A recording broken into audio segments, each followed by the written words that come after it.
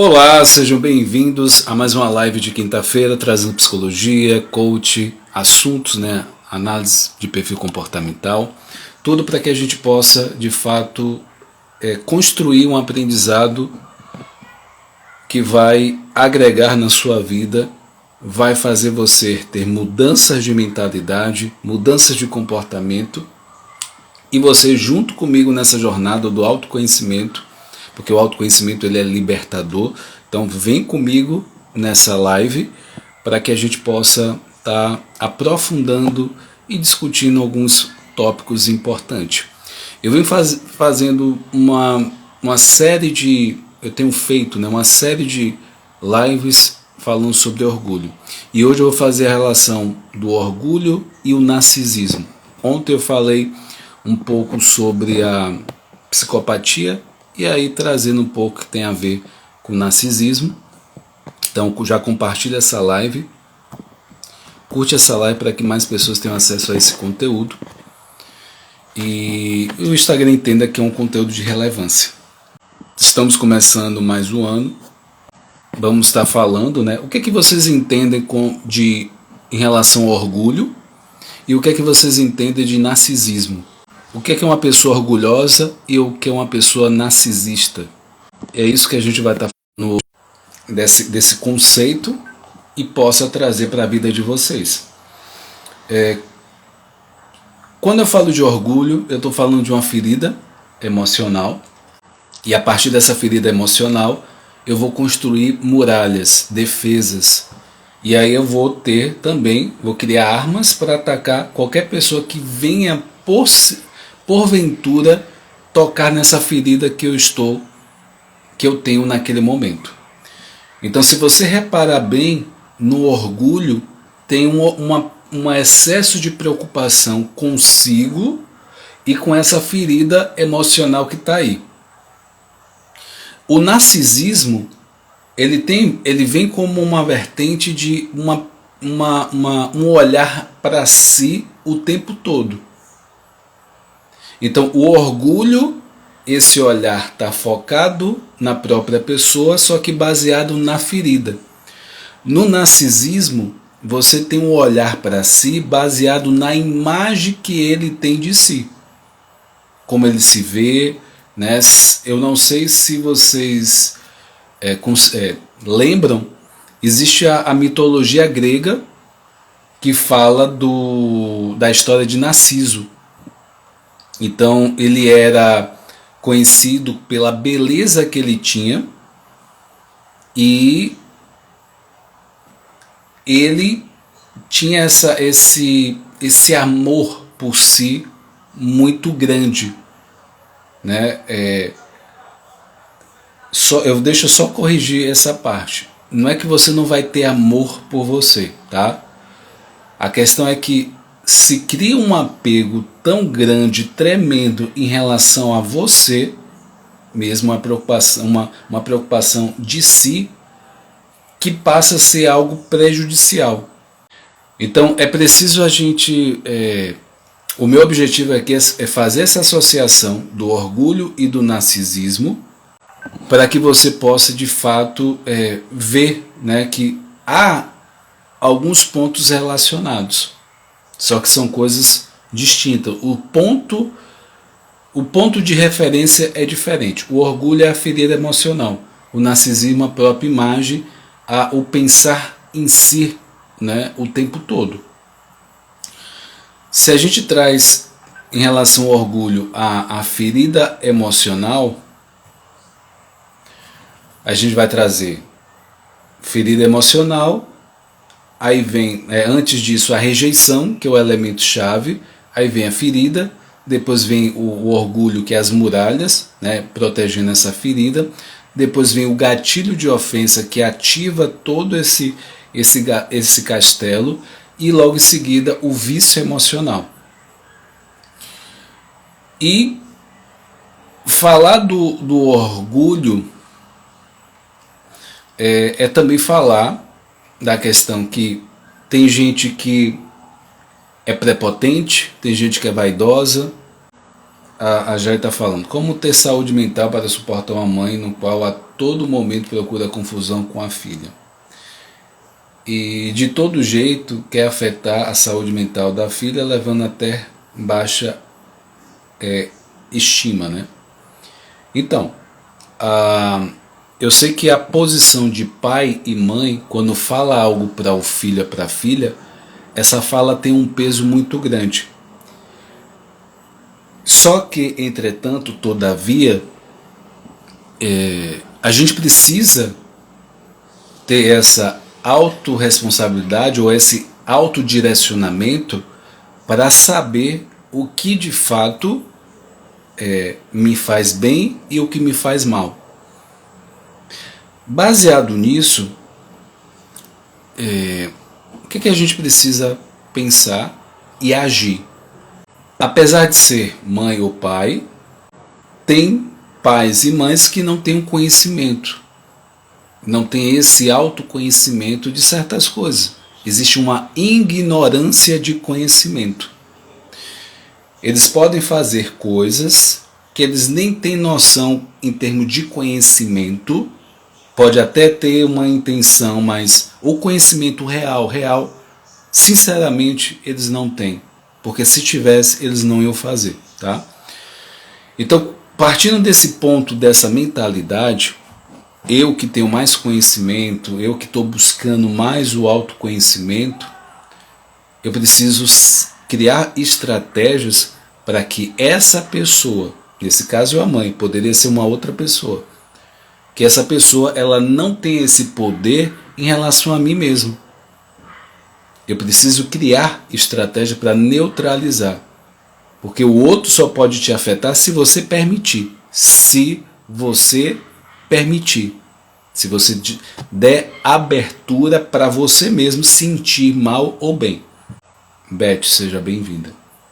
Então, se eu não falar dessa forma para você, você vai entender que as pessoas vão falar, vão fazer o que quiser com você e você vai aceitar aquilo. Quando eu digo aceitar, não é exatamente brigar com a pessoa, mas eu digo aceitar aquilo como uma verdade, aceitar aquilo como algo que você não pode fazer nada. Não, o fato é que você pode fazer algo, você não precisa brigar, não precisa nada de ruim, mas você pode colocar limites.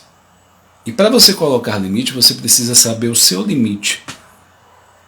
Você precisa de fato ver o que de fato te incomoda. E diante desse incomodar, né, se algo que o outro fala para mim me incomoda, eu também preciso ver em mim também o que está incomodando, para eu poder também tratar isso em mim. O que eu estou querendo dizer, em outras palavras, né, baseado no que a Jaime falou? É preciso criar estratégias.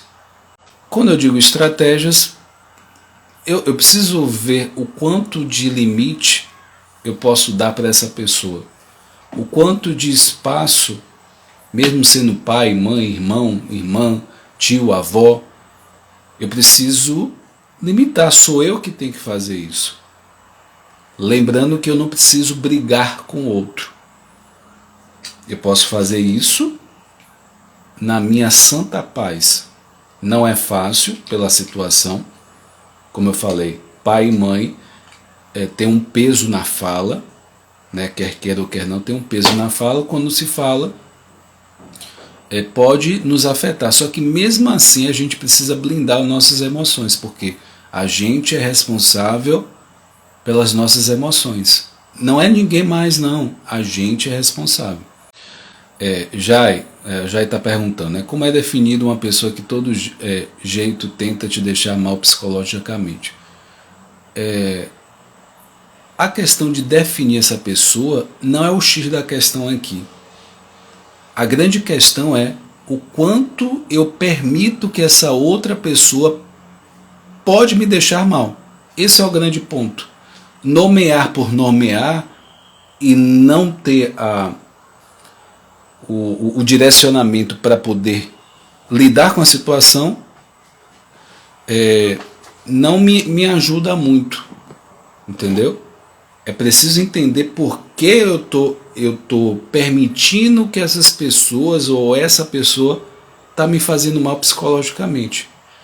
E saber o que eu posso fazer para ser mais forte emocionalmente diante dessas situações que estão me fazendo mal hoje. Porque eu posso querer entender, eu posso querer dar nome a pessoas, a comportamentos, mas o que de fato vai mudar a situação é a minha ação diante da situação. É como eu me posiciono, é como eu de fato vou exercer o meu comportamento diante da situação. Eu tô falando isso, né? Não sei como é que vai chegar para você isso que eu estou falando, mas entenda que é a melhor intenção possível, né? É da melhor forma possível e para o seu melhor, tá? Teve algum tempo atrás que eu queria entender a situação. Hoje eu quero resolver a situação do que entender a situação. Claro, obviamente, que eu ter consciência da situação é importante. Agora, tem situações que eu ficar querendo entender por quê, às vezes não ajuda muito. Mas uma ação, um aprendizado, uma atuação diferente, aí sim provoca mudanças reais ali, tá? Enfatizando, ter consciência é importante, você vai entender o contexto e tal, mas se eu passo do ponto de querer entender muito a situação, eu acabo deixando de agir, que é o agir que vai mudar, tá? Então, e só respondendo pontual essa pergunta, essa última pergunta, tem pessoas que podem agredir verbalmente a outra, tem esse tipo de pessoa, alguns casos são narcisista, alguns casos às vezes são psicopata, tá? Sim, tem nomes e nomes que eu posso dar aqui, mas o fato mais importante dessa história é como você lida, recebe e atua nessa situação. E a sua forma de lidar com a situação, de atuar, precisa ser uma forma que você fique em paz com você mesmo.